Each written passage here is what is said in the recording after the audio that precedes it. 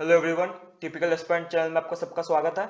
तो Donald Trump और Elon Musk ने सबको सरप्राइज कर दिया है अपनी जो डॉज एजेंसी निकाल के।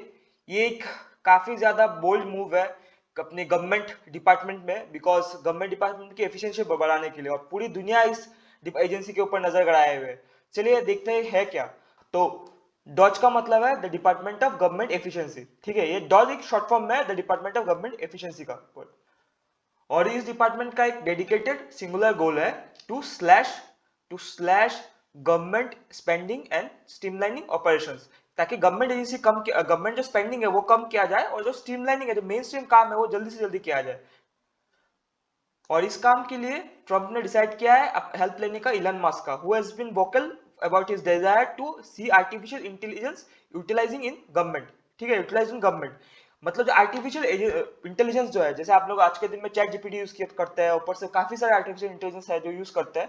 उससे क्या करें, जो गवर्नमेंट का जो एक्सपेंडिचर है वो कैसे कम किया जाए, गवर्नमेंट के ऊपर जो बर्डन है जो गवर्नमेंट के डिपार्टमेंट, हर एक डिपार्टमेंट पे उसको कैसे कम किया जाए, उसके लिए आर्टिफिशियल इंटेलिजेंस कैसे एफिशिएंटली यूज किया जाए, इसके लिए ये डिपार्टमेंट, टोटल डिपार्टमेंट बनाया गया है। तो आइए देखते हैं why did Trump created department name DOGE. DOGE नाम का डिपार्टमेंट ट्रम्प ने क्यों बनाया है, और इसमें डॉज कॉइन का क्या कनेक्शन है। Name DOGE is a clear note to the cryptocurrency Dogecoin, a name a meme based coin that has been gained immense popularity, especially due to Elon Musk unwavering support. जो बीच में एक Elon doge coin बोल के काफी ज्यादा famous हो गया था, आप देखोगे एक डॉगी का फोटो था उसमें, और ये काफी ज्यादा पॉपुलर था बिकॉज इलन मस्क का बैकिंग था। तो बोलते हैं कि दैट द डच एजेंसी जो है वो डॉज कॉइन के साथ मतलब एक सिग्निफिकेंट कनेक्शन रखता है। ठीक है, ऊपर this connection implies a willingness to embrace innovation and unconventional approach to tackle the national fiscal challenges। Nation का जो फिजिकल चैलेंजेस होता है, ठीक है, जैसे हम लोग का होता है ना फिजिकल एफिशिएंट जो बोलते हैं उसको, मतलब एक्सपेंडिचर ज्यादा, इनकम कम, उसके बाद जो इंपोर्ट ज्यादा, एक्सपोर्ट ज्यादा, इंपोर्ट कम, ये सब को जो फिजिकल फाइनेंशियल जो चैलेंजेस है उसके लिए जो इनोवेटिव टेक्निक है, ठीक है, इनोवेटिव टेक्निक, अनकन्वेंशनल इनोवेटिव जो टेक्निक है उसको, इसके लिए जो इनोवेटिव टेक्निक है उसको अपनाया जाएगा, उसके साथ एक सपोर्ट दिया जाएगा कि नहीं हम लोग इनोवेटिव अप्रोच को भी अपनाएंगे। इसको एक भाव देने के लिए उसका नाम डॉजकॉइन के साथ दिया गया। उससे इलॉन मस्क का इन्फ्लुएंस, ठीक है, इलॉन मस्क जो है वो डॉजकॉइन को काफी ज्यादा सपोर्ट करते थे। ठीक है, वो काफी ज्यादा वोकल थे क्रिप्टो करेंसी को लेके। ठीक है, वो काफी अलाउ भी करते थे कि कोई भी किसी को अगर टेस्ला गाड़ी खरीदनी है तो क्रिप्टो करेंसी के थ्रू खरीद सकता है। इसलिए आप काफी बार देख सकते हो कि एलन मस्क ने कुछ ट्वीट कर दिया तो क्रिप्टो करेंसी का मतलब क्रिप्टो करेंसी का प्राइस ही ऊपर नीचे हो जाता था, बिकॉज वो काफी ज्यादा सपोर्टिव थे क्रिप्टो करेंसी को लेकर, काफी ज्यादा बैक करते थे उसको। Vivek Ramaswamy and Elon Musk joint forces to slash US government cost. तो कौन है विवेक रामास्वामी? ठीक है, तो विवेक रामास्वामी एक्सपर्टीज, ठीक है, Vivek Ramaswamy a successful entrepreneur, author, and brings a unique perspective to the Dodge department. His background in pharmaceuticals and his outbreaks view on the economic reforms make him a valuable asset to the team। विवेक रामास्वामी जो है वो एक entrepreneur है, ठीक है, और एक author है। ठीक है, वो इनका जो यूनिक पर्सपेक्टिव होगा, यूनिक नजरिया होगा, वो डॉज कॉइन के डिपार्टमेंट के लिए, और डॉज कॉइन नहीं, डॉज के डिपार्टमेंट के लिए काफी ज्यादा वैल्यूएबल होगा। ठीक है, बिकॉज उनका बैकग्राउंड जो है फार्मास्यूटिकल्स में है, एंड उसका जो आउटब्रेक एंड उनका जो outspoken view on the economic reforms है, उनका जो इकोनॉमिक रिफॉर्म्स के ऊपर जो उनका व्यू है वो काफी ज्यादा वैल्यूएबल होने वाला है इस डिपार्टमेंट के लिए। इलॉन मस्क का जो विजन है to vision for AI driven government is at the forefront of the DOGE mission. Elon Musk का जो विजन है कि वो जो गवर्नमेंट है वो एआई से चलाया जाएगा। ठीक है, वो वो चाहते हैं कि जो ब्यूरोक्रेसी के ऊपर जो प्रेशर है वो कम हो जाए, ठीक है, और गवर्नमेंट इफिशिएंटली काम कर सके। This approach is seen as a bold and necessary step, while by some and others raised concern about the jobless losses and the impact of human making decision। ठीक है, ह्यूमन डिसीजन मेकिंग। काफी लोग इसको बहुत ज्यादा support करते हैं कि नहीं एक नेसेसरी स्टेप है, बट काफी लोग उसको बोलते हैं कि ह्यूमन जो डिसीजन मेकिंग है उसके ऊपर एआई कभी ज्यादा, मतलब उससे बेटर एआई नहीं हो सकता, और इससे काफी ज्यादा जॉब लॉसेस भी होने वाली है। The duo mission is to cut unnecessary expenses across the government agency. उनका मेन मिशन वही है कि जो गवर्नमेंट एजेंसी में अननेसेसरी एक्सपेंस होता है, ठीक है, जो स्टाफ का जो सैलरी होता है, काफी ज्यादा डिपार्टमेंट एक्स्ट्रा डिपार्टमेंट है, उसको कम करने के लिए और जो स्ट्रीमलाइन करने के लिए जो प्रोसेस है, जो मेन प्रोसेस है, उसको एक मतलब इजीली उसको अचीव किया जा सके, जो गोल है गवर्नमेंट डिपार्टमेंट्स का, उसे इजीली अचीव किया जा सके विदाउट कि एक एक्स्ट्रा बर्डन हो गवर्नमेंट के ऊपर। This collaboration between Elon Musk and Ramaswamy potential to bring about a significant changes in the way of US government department और मतलब गवर्नमेंट कैसे चलती है, उसमें एक पोटेंशियल चेंज लाने का, उसमें एक चेंज लाने का एक पोटेंशियल है इस डिपार्टमेंट के ऊपर। जो डीओ है, जो डिपार्टमेंट चलाया जाएगा इलॉन मस्क और विवेक रामास्वामी के द्वारा, ठीक है। However the approach has also drawn criticism, एक काफी क्रिटिसिज्म को अट्रैक्ट किया है, that some argument that they are focus on the AI and efficiency will bring at the expense of human interaction and public services, कि ये जो efficiency और ये एआई के ऊपर जो डिपेंडेंस है वो आएगा on what cost, on the cost of human interaction and public service, ठीक है। ह्यूमन इंटरेक्शन मतलब जो इन पर्सन जो मतलब एक दूसरे के साथ जो बैठ के जो इंटरेक्शन होता है एक ह्यूमन टू ह्यूमन, उसका, और पब्लिक जो सर्विस है, जो पब्लिक जो ह्यूमन एक एक इमोशनल सर्विस जो देते हैं लोग, एक डिपार्टमेंट का एम्प्लॉय दूसरे का मतलब अपने पब्लिक को, उस पे उसके ऊपर काफी ज्यादा इफेक्ट करने वाला है ये एआई। यूएस का जो 36 ट्रिलियन डॉलर का जो कर्जा है, ठीक है, तो ये जो डॉज एजेंसी है, एक बहुत बड़ा प्लान हो सकता है ट्रम्प का, ताकि इसके जो 36 ट्रिलियन डॉलर का जो डेप्थ है उसको कम करने के लिए। तो द प्रॉब्लम क्या है कि that America's debt has surpassed 36 trillion dollar, putting a strain on the economy and further future generation. जो उसका जो डेप्थ है मतलब कर्जा है वो 36 ट्रिलियन डॉलर को भी पार कर चुका है, वो काफी ज्यादा एक प्रेशर क्रिएट करता है अपनी इकोनॉमी के ऊपर और जो आने वाली जो फ्यूचर जनरेशन है उसके ऊपर। The DOGE department aim to reduce government spending through streamlining process and estimated inefficiency, thereby easing the department burden। जो डॉज डिपार्टमेंट है वो एम करता है, उसका जो मतलब टारगेट है कि गवर्नमेंट एजेंसी के ऊपर जो खर्चा होता है उसको कम किया जाए, जो एक्स्ट्रा खर्चा होता है उसको कम करके जो काम होता है वो ताकि इजीली और एफिशिएंटली किया जा सके। चैलेंजेस ये है कि that implementing such drastic change faces political resistance and question about the potential job losses and the impact on public service. जो पब्लिक सर्विस है, जो एक ह्यूमन इंटरेक्शन एक पब्लिक सर्वेंट देता है अपनी पब्लिक को, वो काफी ज्यादा इफेक्ट करने वाली है, ऊपर से जॉब लॉस तो होगी। तो ये एक बहुत ही ज्यादा चैलेंज है, क्रिटिसिज्म है जो ये वाली डॉज एजेंसी फेस करने वाली है। प्रेजेंट गवर्नमेंट है उसका argument है that the excessive bureaucracy creates inefficient and waste of costing the US economic trillions of dollars annually। तो आप देख सकते हैं कि that is the America bureaucracy draining 3 trillion dollars annually। तो काफी बड़ा एक आर्गुमेंट है प्रेजेंट का जो गवर्नमेंट आने वाला है उनका, कि दैट यूएस का जो ब्यूरोक्रेसी है वो 3 ट्रिलियन डॉलर एनुअली मतलब खर्चा होता है उसमें अपने ब्यूरोक्रेसी को चलाने के लिए, ठीक है, अमेरिका खर्चा करता है उसके ऊपर। एंड द डॉज का अप्रोच ये है, यानी जो डॉज डिपार्टमेंट है वो आइडेंटिफाई करेगा एंड एलिमिनेट करेगा द ब्यूरोक्रेसी में जो प्रॉब्लम्स हो रही है और जिसमें एक्स्ट्रा पैसा खर्च हो रहा है उसको आइडेंटिफाई करेगा, उसको सॉल्व करेगा कैसे, टेक्नोलॉजी और एआई से उसको सॉल्व करेगा, ठीक है। द पोटेंशियल इंपैक्ट क्या होने वाला है, ये होने वाला है कि if successful it could lead to significant cost savings and improvement of government performance benefiting taxpayer and all over the economy. अगर ये सक्सेसफुल हो गया तो जो अपना जो गवर्नमेंट का जो इकोनॉमिक मतलब टैक्स पेयर का जो पैसा है और गवर्नमेंट का जो मतलब पैसा है वो बहुत ज्यादा सेव करने वाला है, दस helpful in the economy in the future run. तो आर्टिफिशियल इंटेलिजेंस कैसे इफेक्टिव है गवर्नमेंट की जो लूपहोल्स है उसको सेव करने के लिए, ठीक है, तो उसको बचाने के लिए, द फास्ट डिसीजन मेकिंग।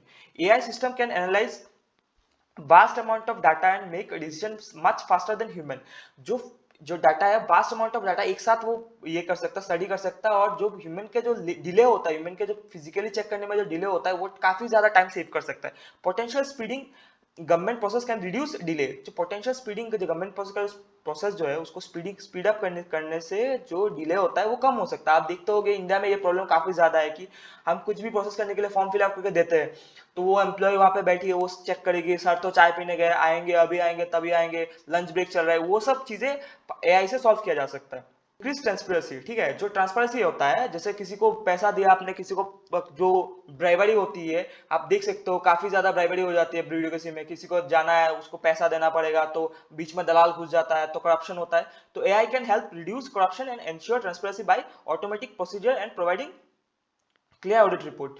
एक तो जो दलाल होता है उसको खत्म कर सकता है, जो ट्रांसपेरेंसी वो इंश्योर कर सकता है, एक्स्ट्रा जो ब्राइवरी वो खत्म कर सकता है, ऑडिट करने में भी इजी होता है जो, बिकॉज डाटा काफी ज्यादा प्रिसाइज और एग्जैक्ट होता है डाटा उसमें। Enhanced efficiency. By automatic routine task and optimizing process, AI can significantly increase government efficiency and reduce waste. Routine task होता है जो रूटीन चेक होता है, और जो ऑप्टिमाइजिंग प्रोसेस जो होता है उसको ऑप्टिमाइज करके एआई काफी ज्यादा गवर्नमेंट का जो एफिशिएंसी है और जो टाइम वेस्ट होता है इस चीजों में रिकॉर्ड मेंटेन करने में बहुत ज्यादा इजी कर सकता है और बहुत ज्यादा टाइम बचा सकता है इसमें। Ethical concern. However, the use of AI in government raise ethical concern about job displacement, bias in the algorithm and the potential of misuse. आपको पता है कि जो एल्गोरिदम है, ठीक है, वो काफी ज्यादा बायस होता है, उसको वो एक तरफ से जो अगर किसी ने किसी कोई भी आप यूट्यूब को देख ले या फिर अपना इंस्टाग्राम को देख ले, वो अगर किसी ने एआई ने कोई एल्गोरिदम पकड़ लिया है, वो वही उसी एंगल पे चलेगा वो, ठीक है, उसी उसी डायरेक्शन में चलता है। तो ये काफी बायसनेस हो सकता है और काफी ज्यादा मिसयूज हो सकता है एआई, इसका भी कंसर्न, एक एथिकल कंसर्न रहता है इस मतलब डेवलपमेंट में। अभी बात आती है कि mass lay off in the government, who lost their job and why. तो जो अननेसेसरी जॉब है वो तो जाने वाली है, ठीक है, वो तो श्योर है। डॉज का जो प्लान है, जो सब कुछ ऑटोमेटिक करने वाला है, ठीक है, उससे काफी ज्यादा लॉसेस होने वाला है कि गवर्नमेंट डिपार्टमेंट में जॉब लोग खत्म होने वाले हैं गवर्नमेंट डिपार्टमेंट में। Impact on bureaucracy. The impact of job losses on government bureaucracy is a complex issue. While some argue that it will improve efficiency, others fear a loss of valuable expertise and efficiency experience. जो bureaucracy में जो job खत्म होने वाले हैं उसमें काफी काफी लोग काफी खुश है क्योंकि बहुत सारा पैसा बचेगा, बट काफी लोगों का कंसर्न है कि जो वैल्यूएबल एक्सपर्टीज एंड एक्सपीरियंस है, जो काफी ज्यादा मतलब प्रॉब्लम्स आते हैं जो एक्सपीरियंस से सॉल्व किए जाते हैं, जो एआई अभी तक शायद ना मतलब डिटेक्ट कर पाए, वो वैल्यूएबल एक्सपीरियंस हम लोग खोने वाले हैं। Addressing the concern.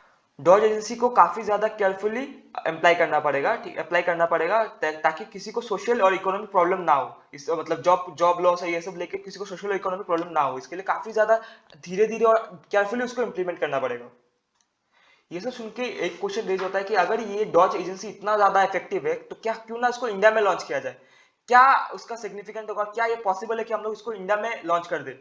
इंडिया का जो सोशो इकोनॉमिक स्ट्रक्चर है ना, उसमें एआई के लिए काफी ज्यादा अपॉर्चुनिटीज भी है और काफी ज्यादा चैलेंजेस भी है, स्पेशली अगर इसको आप गवर्नमेंट डिपार्टमेंट में इंट्रोड्यूस करने जाते हैं, ठीक है। Implementing such reforms in India however would be challenging, mostly challenges ही होने वाला है, because government job plays an important role in the poverty and improving living standard. क्योंकि गवर्नमेंट जॉब जो है वो काफी ज्यादा एक वाइटल मतलब इंपॉर्टेंट रोल प्ले करता है कि जो पॉवर्टी को मतलब पॉवर्टी से लोगों को बाहर लाने में और लिविंग स्टैंडर्ड प्रेस करने, ठीक है। तो इसके लिए जो हम लोग का जो गवर्नमेंट जॉब है वो बहुत ही ज्यादा इंपॉर्टेंट है इंडिया के लिए, इंडिया के सोशल और इकोनॉमिक वेलबींग के लिए, ठीक है, तो पॉवर्टी से लोगों को निकालने के लिए, एक बेटर लाइफस्टाइल लीड करने के लिए, as they provide stability and higher income quality of life, specially for those from the economically disadvantage background.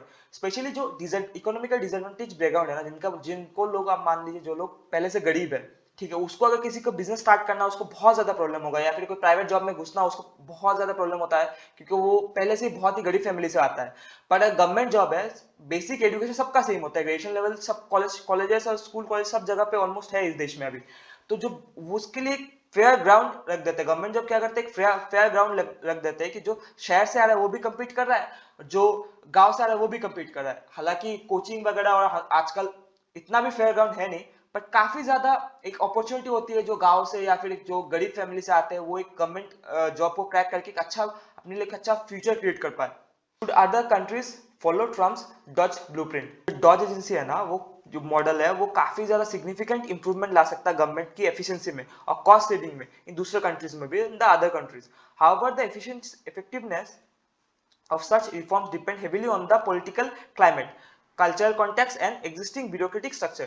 जो political climate होता है ना, जो political stability है उस country की, and the cultural context, जो cultural जैसे हम लोग इंडिया में सरकारी नौकरी का काफी ज्यादा क्रेज है, ठीक है, उसका, और ब्यूरोक्रेटिक स्ट्रक्चर जो है, जो ब्यूरोक्रेसी कितना ज्यादा इस पे अलाइंड है, कितना ज्यादा उसको सपोर्टिव है, वो काफी ज्यादा डिपेंड करता है कि इस मॉडल को मतलब इफेक्टिवली उस कंट्री में लागू किया जा सकता है कि नहीं।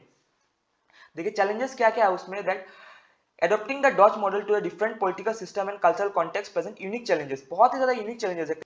Factors like labor regulation, public perception of government and existing technological infrastructure will lead to be carefully concerned, which need to be carefully concerned। जैसे क्या है कि दूसरे कंट्रीज का जो लेबर रेगुलेशन है, ठीक है, कैसे आप फिर से जॉब खा लोगे किसी का, ऐसा तो नहीं हो सकता ना। जो लेबर रेगुलेशन है, जो पब्लिक पर्सपेक्टिव है, गवर्नमेंट के ऊपर कितना ज्यादा कॉन्फिडेंस है लोगों का कि गवर्नमेंट हम लोग का भलाई चाह रही है, एंड द एग्जिस्टिंग टेक्नोलॉजी का सपोर्ट। जैसे इलन मास्क के पास, इलन मास्क जो है वो गाड़ियां बना रहे हैं, टेस्ला बना रहे हैं, बिना ड्राइवर की चलती है, पर सब जगह पे तो ये टेक्नोलॉजी का इंफ्रास्ट्रक्चर नहीं है। तो वो सब चीजें काफी ज्यादा मैटर करती है कि डॉज को इम्प्लीमेंट करना चाहिए कि नहीं उस पर्टिकुलर कंट्री में। जो दूसरा देश है ना, वो इस डॉज का जो इम्प्लीमेंटेशन है उसका सक्सेस एंड फेलियर से काफी ज्यादा की चीज सीख सकते हैं कि ऐसे चीज जो है वो बेनिफिशियल होगा कि नहीं होगा, कौन से कॉन्टेक्स्ट में होगा।